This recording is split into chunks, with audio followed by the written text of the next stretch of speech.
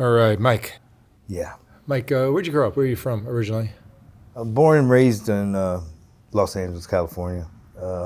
My mom had me at the USC LA County General Hospital. And then we lived on 29th and Normandy. And my father tells the story of in 65, I was born in 1965, that 3 months after I was born, they had the Watts riots. And that was a racial riot against the blacks and the police. It was pretty bad. My dad said he took me and my other brother Damien and my mom and put us in the closet and stood there by the door holding his .22 rifle. My father's white Irish. He was born in Dublin, Ireland. His name is Michael Baker O'Connor. My mom is African American. She was born in Indianapolis, Indiana. Both were in the music industry. They met in their careers at the Troubadour. My mom was singing, my dad was playing drums, and that's where they met. My father was raised in Beverly Hills, California, on a street called Copley. His father is Raymond Manning O'Connor, who was the vice president of Universal Studios in the 50s and 60s. When my dad married my mom, my grandfather Raymond disinherited my dad because she was a black woman and was born with me. I'm Michael Baker O'Connor Jr. So I was my dad's first. But he was disinherited from the O'Connor, whatever money they had that was coming in. It's all kinds of shit that was involved with this, because my mom eventually fights to get the rights for her sons, 6 boys, Damien, myself, Shane, Scott, Gavin, and Manning, all O'Connors. And every O'Connor at a certain age, there's a trust fund in the Colgate enterprise, because our great-great-great-grandfather, Diggory O'Connor, was one of the founders or CEOs or whatever of Colgate. None of the black kids got any of that trust fund money because my father was disinherited by his father. My mom went on Oprah Winfrey to talk about this shit. And it's the most embarrassing thing that I had to go through, because in school all my friends are like, your mom was on Oprah and you guys are, because when my parents get divorced, I was 12, we lived on Lanier Lane, Coldwater Canyon, Beverly Hills. Our neighbors was Neil Diamond on one side and Philip Bailey from Earth, Wind & Fire on the other side. We had the middle house, the big house on the top. But when my dad leaves my mom at 12, it was living one way and then living completely the opposite. It was 10-cent bread, welfare cheese. My father hid all his money and switched accounts. So my mom got nothing. She had nothing, and she had six children, 6 boys, and no money. We moved down to Beverwill Drive, which is on the other end of Beverly Hills. It's adjacent to Beverly Hills, and it's closer to. I didn't mind. I really didn't understand any of this shit. But when I do some therapy and look back on my life and where did things go wrong for me, because I'm going to talk about my addiction, which is why I'm here in downtown. I felt like I needed to tap into where did things start to go awry for me. And it happened when my dad left my mom and when I was 12, because right after that, I started smoking weed, I started ditching school, and I started having sex. And that's the only 3 things I cared about when my dad left. Before that, I was a straight A student, went to Beverly Hills Catholic School, Good Shepherd, and an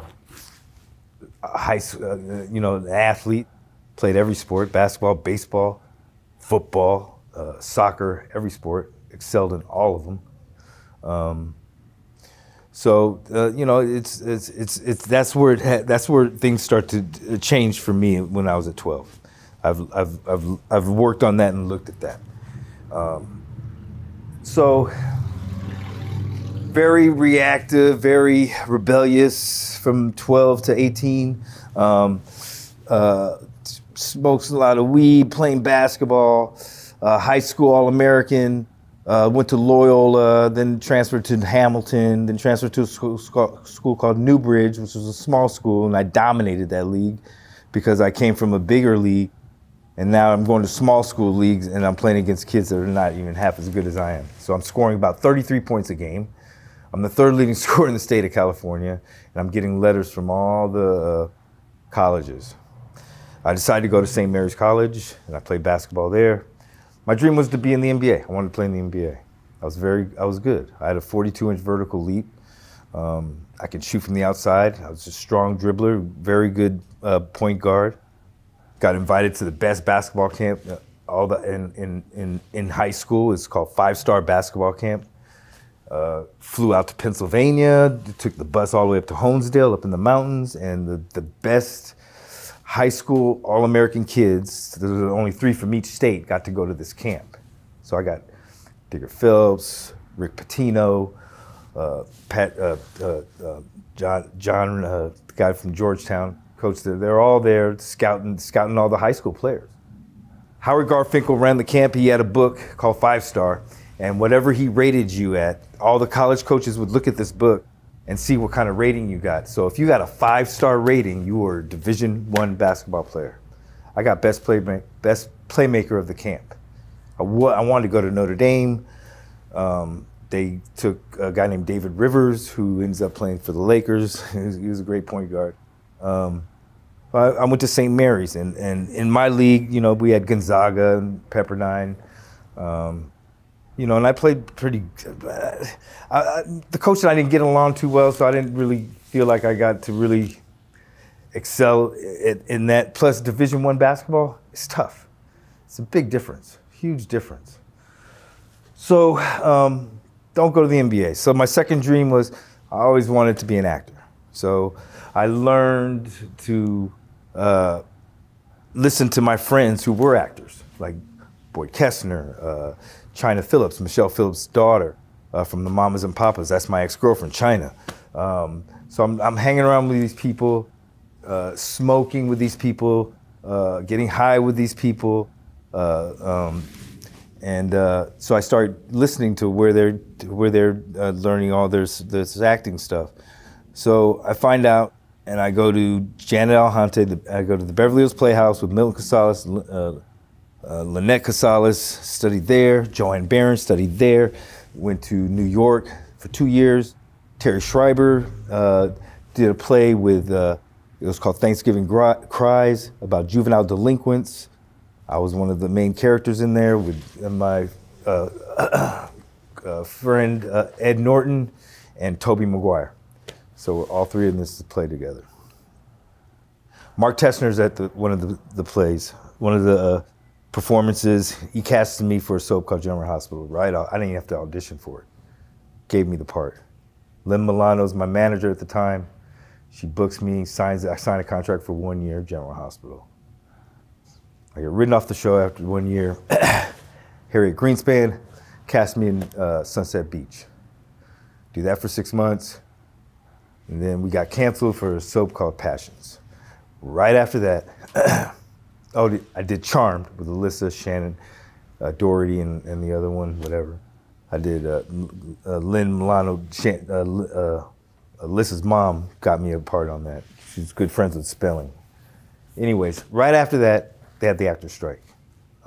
At this time, right before that, I have a beautiful home, beautiful wife, beautiful son, house, everything, you know. We have the actor strike. 2 years. 2 years without work. 2 years, couldn't audition, couldn't do shit. So I started selling weed. I started getting depressed. Things started dwindling. I had 5 cars, and now I'm down to 1 car. Now I'm selling the house. Now I'm arguing with my wife. What's going on? You know, acting isn't the only thing you can do, and and, you know. She wants me to find another career, do something else. But my ego's not allowing it, you know. Actor strike's gonna be over soon, don't worry. I'm gonna be getting a lot of parts and things are gonna be all right. It doesn't happen. So what happens is we sell the house, we move to a small apartment up on La Brea near Sunset, and it's different, a whole new feel. I'm going for jobs at the Gap, the Highland Mall just gets built, Hollywood Highland Mall gets built. I go into the other, not Gap, but the other one, I forget what it is, their partners, the same thing. But I said, fuck this, you know. I'm gonna say I'm a visualist. So I lied and bullshitted, and I got a visualist job for, God, what is the name? It's the Gap, but they're... Banana Republic. That's exactly what it was. So, you know, I bullshit my way into that. I said, yeah, I went to FITM, and I learned how to do all this stuff. So visualist, all he does is he comes in at midnight and does all the displays, all the dresses the mannequins. Gap has a book that you have to do everything accordingly, but you can kind of add your own little thing to it. It was a cool job, man, actually, but the problem was that we're right in the heart of Hollywood and Highland. Hollywood and Highland at this time, there's at least 20 Pisces, 20 Mexicans who have rock cocaine in their mouth. And every night when I got off work to go across the street and just, you know, because at this point I'm depressed. I need a way out.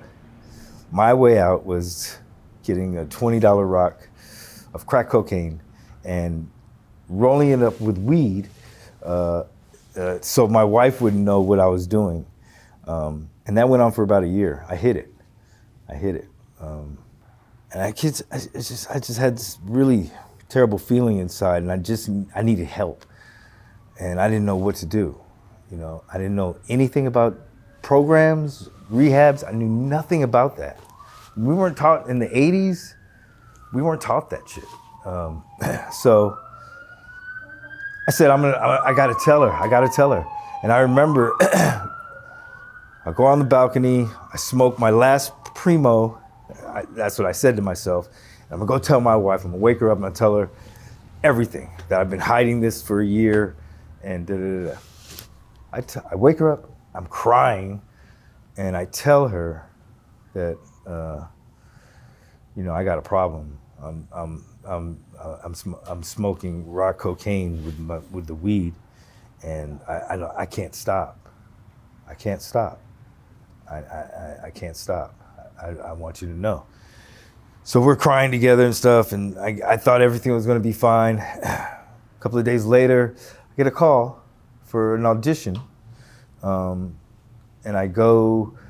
I'm starting to feel pumped again because the actor strike's now over, and I get a call to go audition for a TV show, and I go there. I do a pretty good audition, not that great. I didn't even get a call back, so I didn't do that great. But when I get home, everything's gone. The wife has taken my son and herself and all their stuff and has left. And that was hard.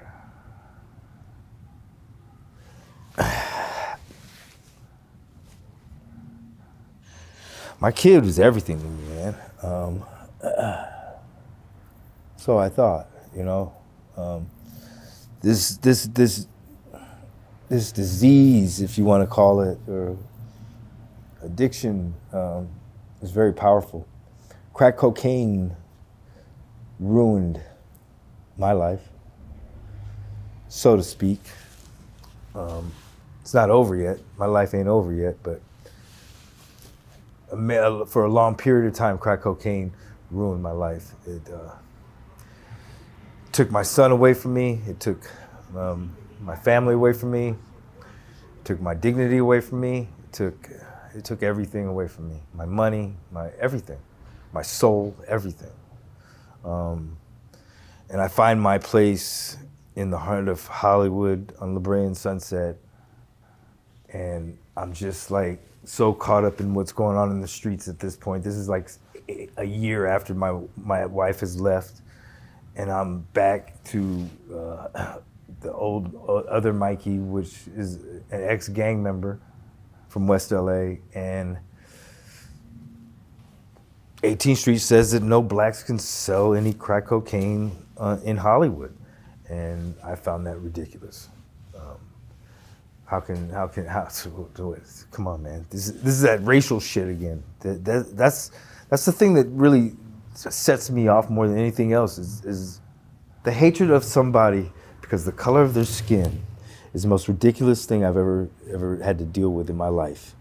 Just because you're brown or white or yellow or green, someone hates you.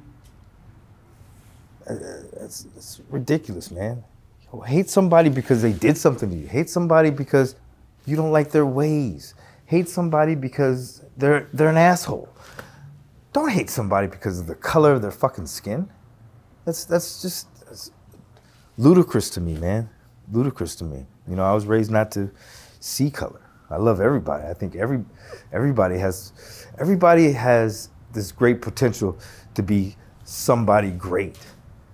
Everybody has that. You know? You just got to tap into it, man. So I'm in Hollywood and I'm doing this crazy shit and I'm getting shot at. I get shot by 18th Street because I'm in the middle of this shit. You know? Oh, Mikey's turned his apartment into Crip Central and they're coming out and they're dealing with the 18th Streeters and we're having meetings and talk-abouts and guys are getting killed. One of my friends got killed at Hollywood and Highland at the bus stop. They pulled up on him and shot him with a 12-gauge shotgun, killed him. I'm walking around Hollywood with a Tech 9 underneath my Dodger jacket, a Mossberg sawed-off shotgun sometimes, or my Beretta 380. And I'm just, now that I have these guns, I'm like, I fear nothing. I fear nothing. And that's a bad fucking place. Because when you fear nothing, you tend to do some stupid shit. You tend to do some stupid shit, and I did some stupid shit. It gets short-lived because, thank God, most people say, you're crazy, man. No, thank God for Muffin. Muffin is one of the prostitutes up in Hollywood who got fucking pissed off at me because I sold her a 20, and it was like the size of a dime, and she goes nuts. She throws shit through my window, but she goes down the street at the Pollo Loco on Sunset near Western and starts to smoke her dime piece of crack cocaine that I got her. Little did she know is that the undercovers were sitting in the parking lot. They arrest her. She's a two-striker, some shit. This is going to be her third strike unless she gives them something. And she gave them something. She says, that's Mikey. He's in there. He's got he's got 3 guns. He's got a Tech 9, which during this time, you have an assault weapon because of the North Hollywood shootout. What happened in there, they said if you have any kind of automatic weapons in LA, you are looking at 15 to life. Couldn't have those guns anymore because of what those 2 guys did in that bank shootout in the Valley. So, my friend, the next day, my friend E calls me up. He says, Mikey, man, the Pollo Loco parking lot is just filled with cops. They got the chalkboard out. They got everything. What the fuck is going on over there? I said, I don't know. I'm talking to him on the phone. So I walk down there. I live half a block from there. I walk down there. I'm looking across the street. I said, E, that shit is not for me. I am not Tony Montana. I'm not no big drug kingpin. I'm not any of that shit. That's not for me. So I go back into my spot, and I got a couple of girls there. I got a Barbie. I got Pretty Eyes. I got this other girl.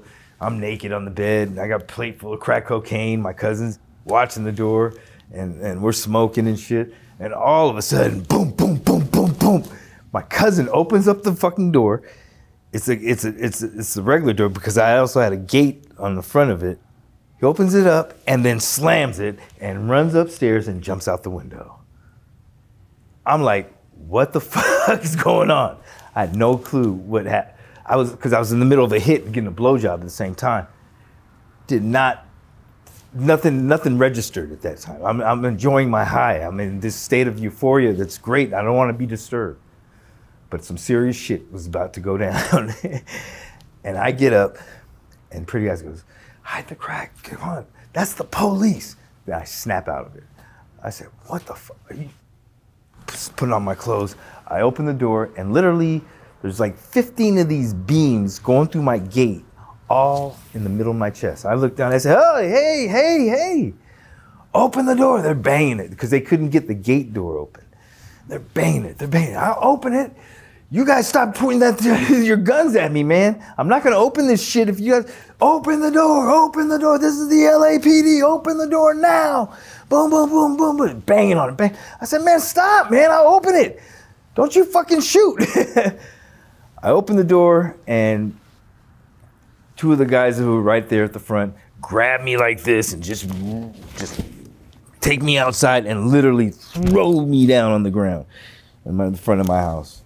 And yeah, he was right. They were there to get me. I couldn't believe it though. It seemed like the whole division, helicopter and everything. My cousin got away. To this day, we laugh about it. He gets away. He jumps out the fucking window and gets away. They had the whole fucking place surrounded. Anyways, that I was looking at 15 to life because of the one weapon, the Tech 9. Was an automatic weapon. I had to fight a case of pimping and pandering, which also serves a 15 to life. They call it human trafficking now. Drug selling. I was looking at, I think 30 years for that. It was huge. But, you know, I have this white dad who loves his son very much. Who comes to the courtroom with his trophies, his son's trophies, to show the judge that, you know, his son is not this bad person that the DA is making him out to be, that his son is a great basketball player, went to Catholic school, was an altar boy, was an actor, was a lot of things before this happened. And the reason why his son now is in this kind of trouble is because he was unaware of his addiction, where his addiction would take him, which is very true. If you told me that I was gonna get surrounded by the Hollywood police before I took that hit of crack cocaine, and I was gonna have guns, and I was gonna lose everything, and all my cars, and my wife, and my house, and everything, I probably wouldn't have took that hit. But like I said before, there wasn't too much of that going around. I mean, the only thing I could remember was Nancy Reagan's UGG for Drugs campaign and that kind of stuff. But it wasn't how it is now, how they're making people aware of, you know, this is a disease, you can get help. We have passages, we have Claire Foundation, we have a lot of resources to get you the help you need. The only problem is that with drugs, there is no cure to the disease. The only cure that I see that works is abstinence. What does abstinence mean? It means not doing. That's all you get. You don't get a pill. You don't get a shot. It's just not doing. Yeah, that's all you get, buddy. Not doing it. So you have to figure out ways to not do it. And so they say go to meetings, and they say do the 12 steps, and they say talk to your sponsor. They say, you know, all these cliche and great things that that help, but it takes more than that. For me, it did. So I get sentenced. What happens with the case? I get my dad, my lawyer. My dad gets me a great lawyer. My best friend, who now is 30 years clean in the program, comes and talks on my behalf. You know, I got 2 years in prison. I went to a prison called Donovan, which is down near San Diego. And basically that prison it's not like Folsom or Soledad or any of those. It's more, a lot of the drug addicts who get cases go down there. But on top of that, I did the 2 years there, and then I had to do 2 years in residential treatment afterwards. So I'm feeling good. I'm feeling like, okay, this is a good time to change my life, get it back on track, because at this point, I have nothing. My family's like, they don't want to talk to me anymore. My brothers, they don't want to talk to me. I'm the bad seed all of a sudden. But I serve my time, then I go to a rehab called Beit Teshuva, which is a Jewish rehab in West LA. It's a great place because they really they cover you and take care of you all the way up to a point to where you can take care of yourself. Rabbi Mark, great guy. I don't think he's there anymore. So I do that, and then I started getting confidence, and I said, I got to do something in my life. I want to do something that has meaning, that has purpose, that gives me motivation. And so I said, since I never got fucking taught about drugs and rehabs at a young age, that's who I want to help. I want to help the teenagers. I want to go to, so I started going to Hollywood and all the people in the bandos up there. I started talking to all the kids. I started saying, look, you can get a job. Because a lot of the kids were not from here, they're from out of state wanting to be an actor or a musician, and it doesn't pan out within 10 months, and so they don't know what to do, and they end up being broke and not knowing what to do. So I started doing a program up there where I would take the homeless kids, we'd get something to eat, chop it up, we'd talk about some things, we'd go do workouts at LA Fitness up there, and then I'd take them to the library. I would help them do their resumes. I'd advocated for these young kids because no one else would.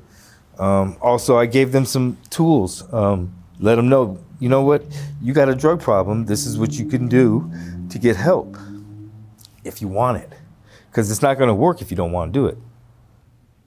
So my best friend and I started a company called Universal Teen Crisis Intervention. And we start saving kids all over the US. We get really, really popular, really, really big. Michelle Obama calls me and go talk to the kids in Chicago. Then flew me to Washington, DC, talked to the kids in DC. A&E gets wind of it. And now I got my own TV show called The Extractors.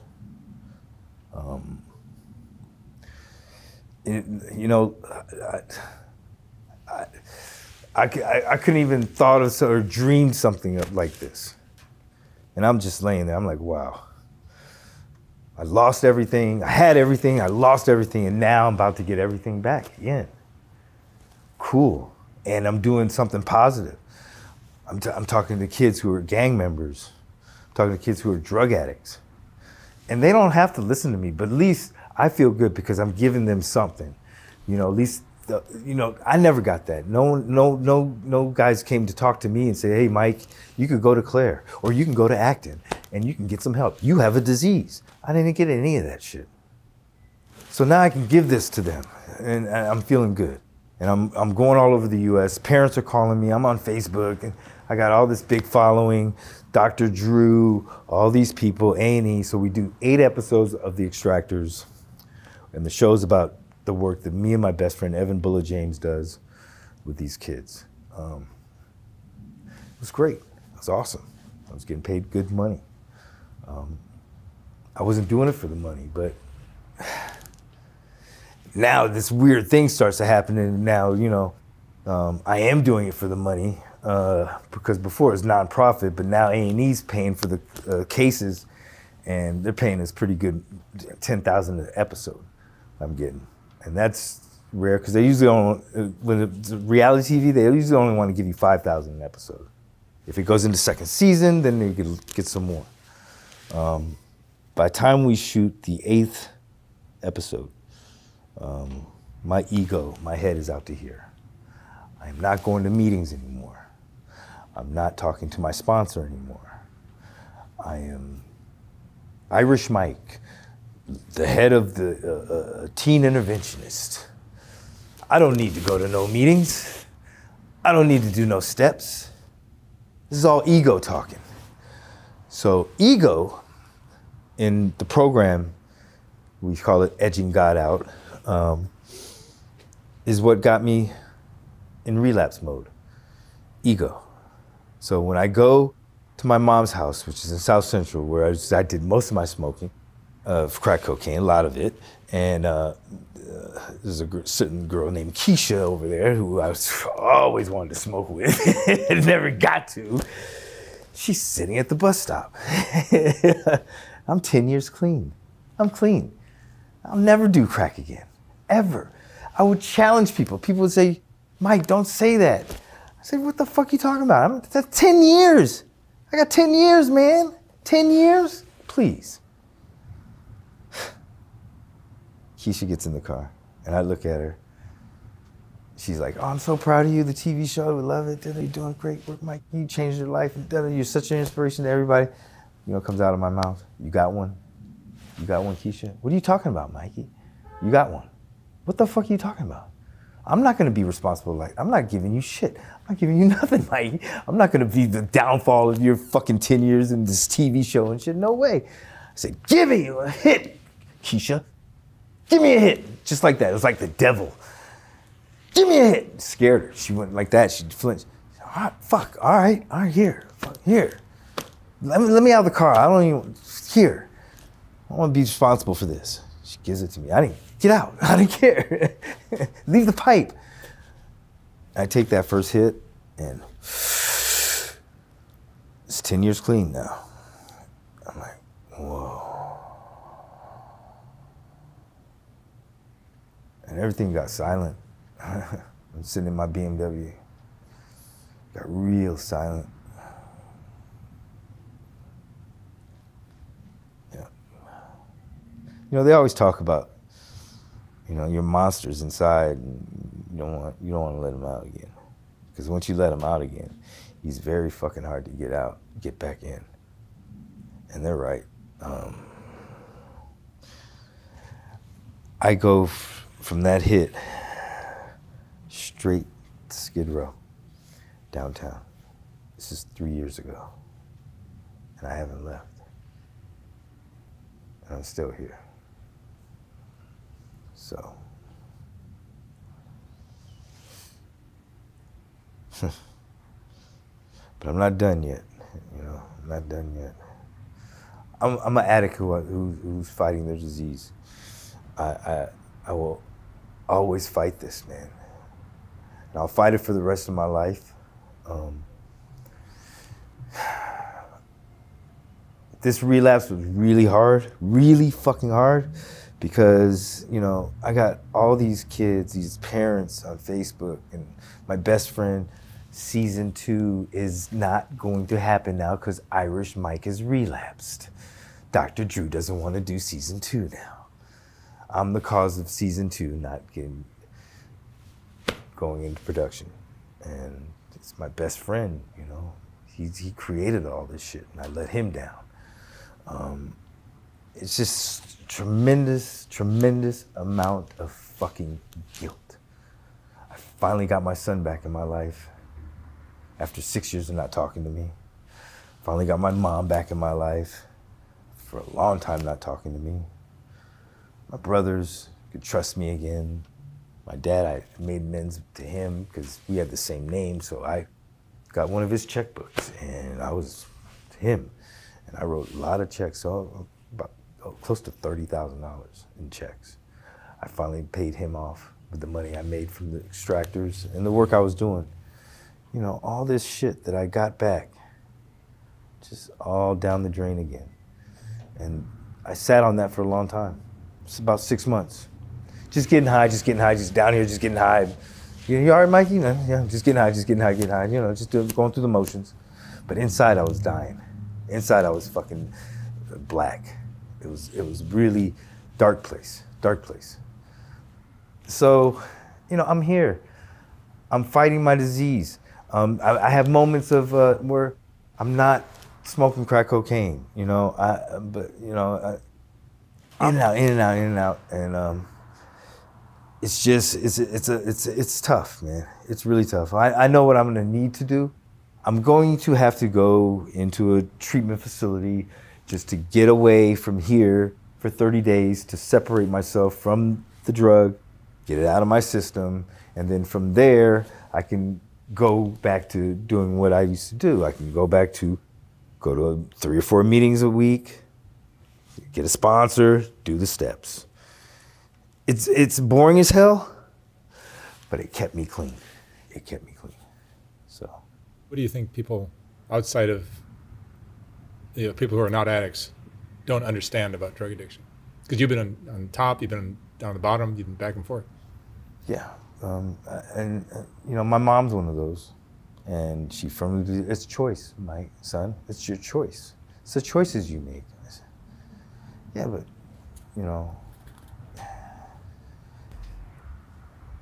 do people who have cancer, did they have a choice? No.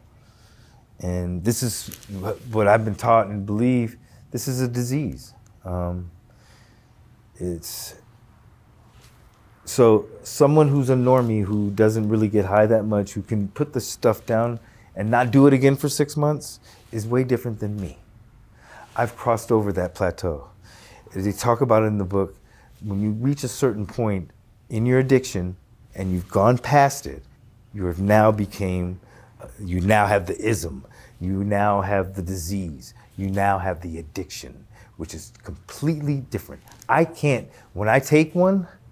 When I take a hit, I can't stop. As bad as I want to stop, it won't allow me to stop. And it's all because they say it centers in your thinking. It attacks your brain. Yeah, it really does. It works. It's baffling and powerful. They say that in CA all the time, and it's true. I'm about to leave downtown and go back home to my dad's, where I can stay. As long as I'm not getting high, I can stay there. When I get sick of this shit, and when I'm about to leave, all of a sudden, someone needs a ride to go buy an ounce, and they're gonna give me $100 and also an 8-ball. Really? Right when I'm ready to leave and give all this shit up, that shit like that happens all the time. I'm not gonna buy anything. I don't have any money. Good. That's great. I don't need it. I'll find a dime on the ground, just all of a sudden. It's just weird how that shit happens. Is it as simple as just having a drug addiction? You have this propensity to use and not stop, or is it more tied into your self-worth and what you believe you deserve in life? And, is it something deeper? It is deeper. That's why I talk about in the beginning where everything changed for me. I became that. I think I started working on my ism at 12 when my dad left. I was very rebellious, they say don't smoke weed, I'm going to smoke weed. If your dad doesn't want you, then why should you deserve better? Right, yeah, right. My mom says when my dad left, before he got into the Porsche, I'm on the ground holding his feet, holding his legs. Don't go, Dad, crying. I don't remember that, but that's what she said it happened. Yeah. I think the kids, me and my brothers and I did blame ourselves. We did a little bit. I think we did. I thought for a while he had too many of us. We're stressing his ass out. He don't want. He ain't happy at all. He had too many. 6 boys. They kept trying to. We're all a year apart too, and that's a tough crowd. Dinner tables, fights we would have, the things that we chased. I lit all of Coldwater Canyon on fire by accident. We're playing with matches in the back. We were bad kids, man. We were nothing. We did a lot of stuff. We were very mischievous. We got into everything, and yeah, we blamed ourselves. Yeah. For a while. But my dad would say, It was hard because I love my dad, but then my mom would tell us all the stuff that was going on in the proceedings, the court, the divorce, and how he's hiding money. He's hiding money. Dad says he doesn't have any money, Ma. He has money in these Swiss accounts. He's hiding money so he doesn't have to give it to you guys.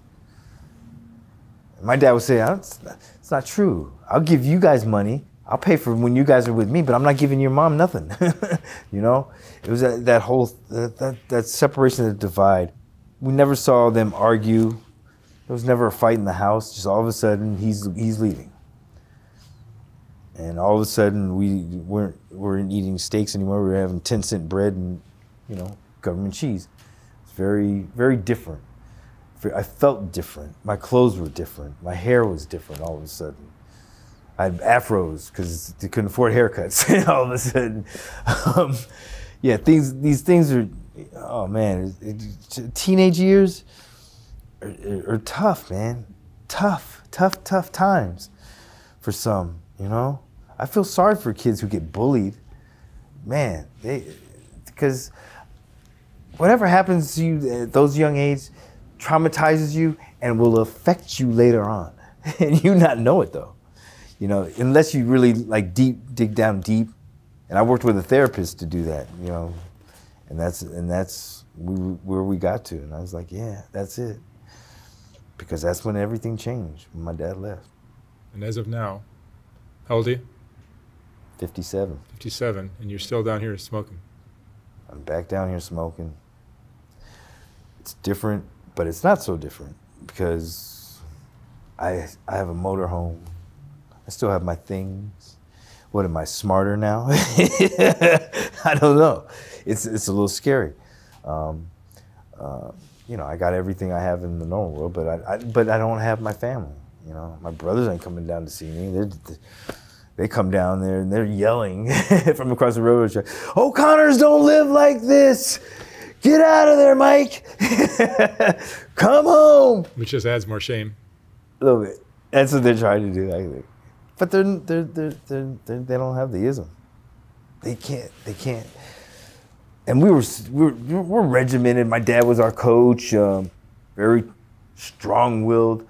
And strong-will, all that shit is out the window when you are addicted to drugs. Because how many times have I said, I'm not gonna do this shit no more, and then all of a sudden the pipe's in my hand.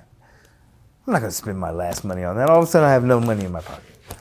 I'm not gonna sell my fucking BMW for no fucking crack. All of a sudden the dope dealer's driving around my BMW. You know, and I'm like sitting there smoking. I'm like, what the fuck? How'd that happen? What the fuck, man? Why'd you let me sell my... God damn you motherfuckers. Because they'd always like, yeah, it's a good idea. Yeah, you get a good price. Oh yeah, he's gonna give you that big old bag of rocks. And yeah, we're all gonna smoke. Come on. Yeah, and when it was all over, they don't want you around. You know, it's like the people in the drug world are cutthroat. They will take you out in a heartbeat. That's what I see after doing all these talks is for you to, like you come from a good background. Yeah. And you had you had a great life, great wife, yeah, great house, all that sounds like career. Yeah. For you to accept something like this and these kind of associates says something about your self-worth. Yeah. And that's why I believe it's got something to do with maybe when your dad split, it left you feeling like, oh shit, I really don't deserve anything better. And you had success, so you're walking both sides of the fence. Yeah. But at some point something happens to you and next thing you know your wife leaves you like your dad did and here you are. Yeah. Yeah. It tumbled real fast. And I think you're right. We're all fragile. Yeah, we are. I try not. I don't look at that because I got this machismo, this fear-nothing guy inside there that, oh, it's not gonna happen to me. But it does happen to me. I had 12 bikes, all of them stolen. It does happen to me. I got sucker punched. I got punched. It does happen to me. This guy chased me, hit me with his gun. It does happen to me. What are you doing walking around Hollywood with a Mossberg shotgun under your coat? Yeah, I mean, but look, I'm not doing that today. But back then, I did do that because I said, well, okay, these how these motherfuckers want to play the game. I'll show you how you play the game. You guys do it half-ass. I'll show you. I walked around, I was taking people, any dope dealer that had dope and didn't have a gun, got his dope taken from me. And all I did was open up my jacket. Give it here. What? Oh, come on, Mikey. Come on, man. I need this. Come on, man. Don't take it, man. Hand it over, man. Mine now. Because I hated the people, how they acted in the drug world. I was naive to it. I didn't know that you give a girl $100 and she doesn't come back. I didn't know that. What? You guys didn't tell this bitch, she's done it before and you allowed me to give her the money? She's not coming back, Mikey. You tell me now. So all these things in the drug world, I was very naive to. You know, the sharing of the pipe was the almighty chalice. Like, no. And if you pushed it, they will kill you. If you push someone else's pipe, I mean, it was ridiculous. I said, that's a 10-cent piece of glass. Why are you guys putting so much power on that shit, man? Man, I don't know what the fuck you talking about, man. It's my pipe, man. Don't, you know, that's a piece of glass. I'll break it. Go buy another one. What the fuck? You guys giving, I didn't understand all that shit. I do now. I've become one of those. People ask me, can you use your pipe? No, hell no, you can't use my pipe. Hell no, I ain't got no, nope, you can't use my lighter either. No, you don't come back. No, I'm just like them now. I'm just like them. And that's scary. What would you say is the most important thing you've learned in your life? All these ups and downs. Keep your head up. And just believe in yourself. Know that, you know, if you get up the next morning, that's a good sign that shit's gonna be all right. If you don't get up the next morning, it's game over, dude. Game over. All right. Mike, thank you so much for sharing your story. Thanks, Mike. I appreciate it. Great talk. Thank you. All right.